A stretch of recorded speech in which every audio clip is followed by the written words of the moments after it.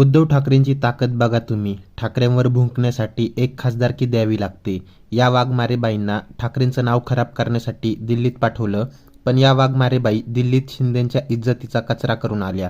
वाघमारेबाईंनी खासदारकीची शपथ घेताना एकनाथ शिंदेंचे नाव घेतलं.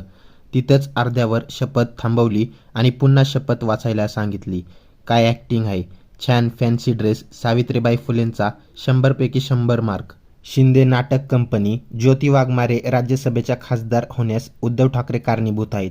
कारण की ज्या पद्धतीने उद्धव ठाकरे यांच्यावर चित्र विचित्र पद्धतीने बोलल्यामुळे एकनाथ शिंदे यांनी खुश होऊन ज्योती वाघमारे यांना राज्यसभेची खासदारकी दिली. शिवसैनिकांनो, आज सकाळी देशाच्या सर्वोच्च सभागृहामध्ये महाराष्ट्राच्या 3 खासदारांनी आपली खासदारकीची शपथ घेतली.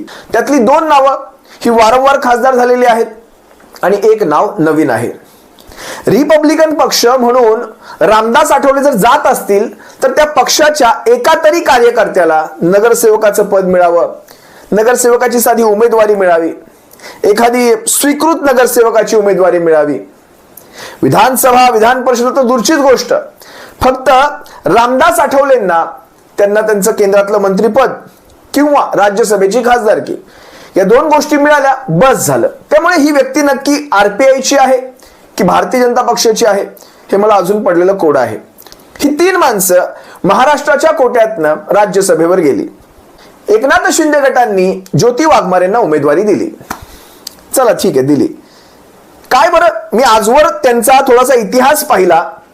ज्योती वाघमारे हे व्यक्तिमत्व असं काय केलं ह्या व्यक्तिमत्वाने जेणेकरून ह्यांना खासदारकीपर्यंत घेऊन जावं.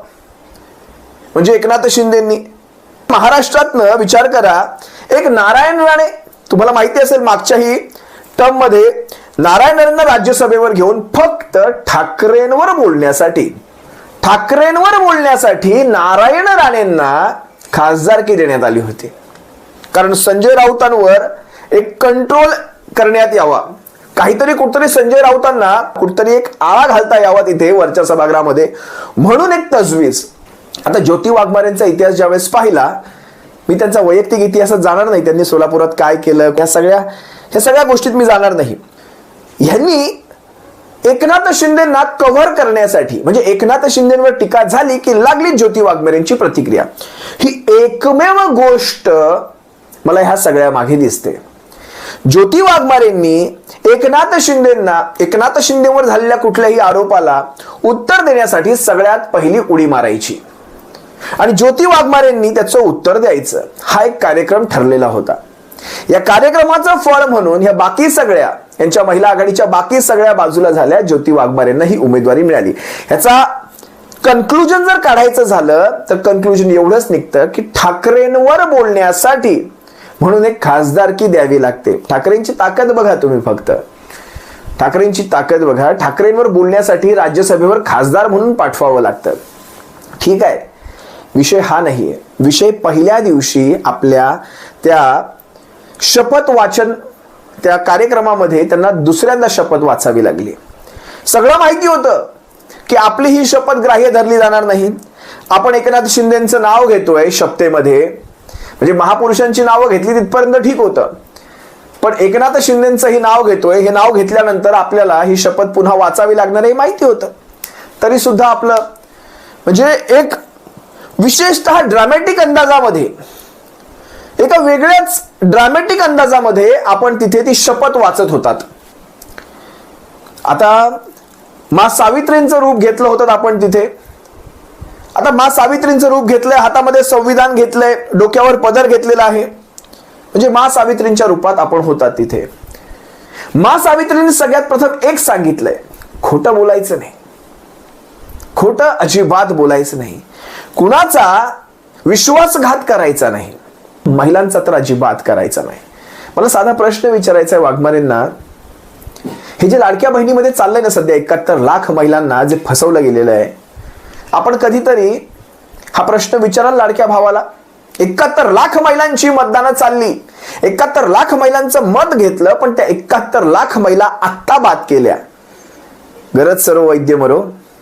आपण मा सावित्रीचं रूप घेतलंय ते सत्य बोलायचं आपण टाळणार नाही. त्यामुळे शिवसेनेवर फक्त बोलण्यासाठी आपली खासदारकी आपण वायाला घालवू नये. एक सुरुवातीलाच एक गोष्ट म्हणायची, या असल्या माणसांना ज्यावेळेस पाठवलं जाणार आहे ना, आता रामदास आठवलेंचं तुम्हाला माहिती आहे, ते बाकी वर्षभर म्हणजे 3-3 महिने 4-4 महिने कोणाला दिसत नाहीत. फक्त अधिवेशन आलं की 2-3 चारोळ्या, 2-3 त्या टुकार कविता, ह्याच मध्ये आपल्याला रामदास आठवलेंचं ते सगळं भाषण संपताना आपण पाहतो. त्यांच्या कवितांचा एक मोठा फॅन वर्ग आहे म्हणे, पण मला त्याच्यातून काही साध्य होताना दिसलं नाही.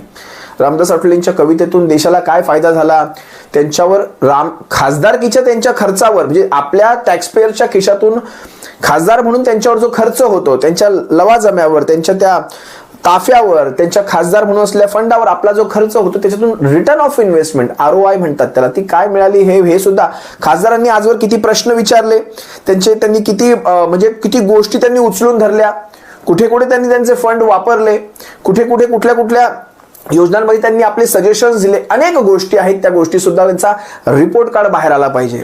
रामदास आठवलेंचा सगळ्यात पहिला आला पाहिजे. असो, रामदास आठवलेंचं मी बोलत नाही. ह्या बाईंकडनं आता पाहूयात नेमक्या काय प्रश्नांना विचारलं जाते की फक्त येरे माझ्या मागल्या आणि शिवसेनेवर फक्त बोलण्यासाठी. असो सर,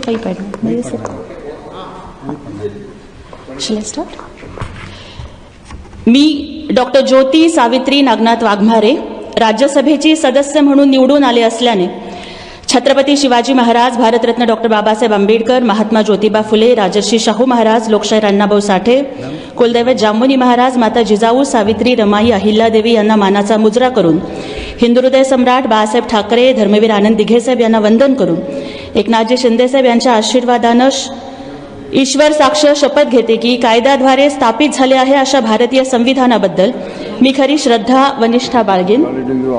भारताची मैं फिर से लूँगी मैं फिर से. ठीक है मैं फिर से लूँगी. मी डॉक्टर ज्योती सावित्री नागनाथ वाघमारे राज्यसभेची सदस्य म्हणून निवडून आले असल्याने ईश्वर साक्ष शपथ घेते की कायद्याद्वारे स्थापित झाले आहे अशा भारतीय संविधानाबद्दल मी खरी श्रद्धा व निष्ठा बाळगीन.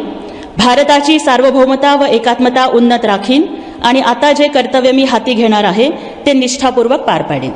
ते शरद पवार साहेबांची सुद्धा शपथ आपण पाहिली असाल. शरद पवार साहेब वय वर्ष मला वाटतं 85-86च्या पुढचं, महाराष्ट्राचं नव्हे तर देशाचं राजकारण त्यांनी फार जवळून पाहिलेलं आहे. म्हणजे ते कधीही बिना पदाचे, आजपर्यंत कधीही बिना आमदार बिना खासदार असे कधीच राहिलेले नाहीयेत. ते त्यांच्या नावाला कायम एक ना एक राजकीय मोठं पद, मंत्रीपद हे चिटकलेलंच आहे. वय वर्ष 85-86. आज त्यांना शपथ घेताना सुद्धा तुम्ही पाहिलं असेल त्यांना त्रास होत होता, त्यांना बोलताही येत नव्हतं ठीकसं. पण तरी सुद्धा तुम्ही मला सांगा, ह्या अशा महाराष्ट्राच्या सध्याच्या परिस्थितीमध्ये जिथे सगळीकडनं गिधाडं टपलेली आहेत, महाराष्ट्रावर बोलण्यासाठी, महाराष्ट्राच्या विरोधी पक्षाला घेरण्यासाठी गिधाडं टपलेली असताना, या अशा परिस्थितीमध्ये ती राज्यसभेची एक जागा खरंच शरद पवार साहेबांनी लढवायला हवी होती का? तुम्हाला काय वाटतं? तुम्ही कमेंटमध्ये नक्कीच व्यक्त व्हावं. मी तुमच्या मताचा कायम आदर ठेवतो. पण का तिथे योग्य व्यक्ती आणखी असू शकली असती का? मला तुम्ही लिहा, कारण माझं मत स्पष्टपणे मी सांगतो. मला असं वाटत होतं ती राज्यसभेची जागा शिवसेनेच्या कोट्यातली होती. शिवसेनेतनं एखादी योग्य होतकरू व्यक्ती त्या जागेवर जाऊन बसली असती तर नक्कीच शिवसेनेला त्याचा फायदा झाला असता. शिवसेनेला, शिवसैनिकांना राज्यभर बळ देण्यासाठी त्या जागेचा फायदा घेण्यात आला असता. आज 20 आमदार असलेला पक्ष आज आपली जागा सोडतो, 10 आमदार असलेला पक्ष आज तिथे खासदार पाठवतो. मला नवल वाटतं. हे नेमकं आपण कुठल्या राजकारणाला बळी पडलो? असो, आता लोकांचे प्रश्न पहा. आता लोकांसाठी करा. तिथे आपण आता खासदार आहात, आता आपण गल्लीबोळातल्या नेत्या नाही आहात. तुम्हाला खासदारकी मिळालेली आहे. कुणाच्या कृपेने काय हे वेगळंच राहिलं. आता केंद्रात बसलेत तुमचे, ज्यांनी तुम्हाला जन्माला घातलं, या सगळ्या गटाला जन्माला घातलं. शिवसेनेचा खून केला गेला आणि हे अपत्य जन्माला घातलं गेलं. या सगळ्या गटाचा जननायक कोण आहे तो तिकडे माहिती आहे सर्वांना. जे काही असेल ते ह्या पद्धतीने तुम्हाला खासदारक्या मिळालेल्या आहेत. त्या खासदारकीचा मान ठेवा आणि जनतेला अपेक्षित असं कमीत कमी कार्य करा, एवढीच अपेक्षा ठेवतो.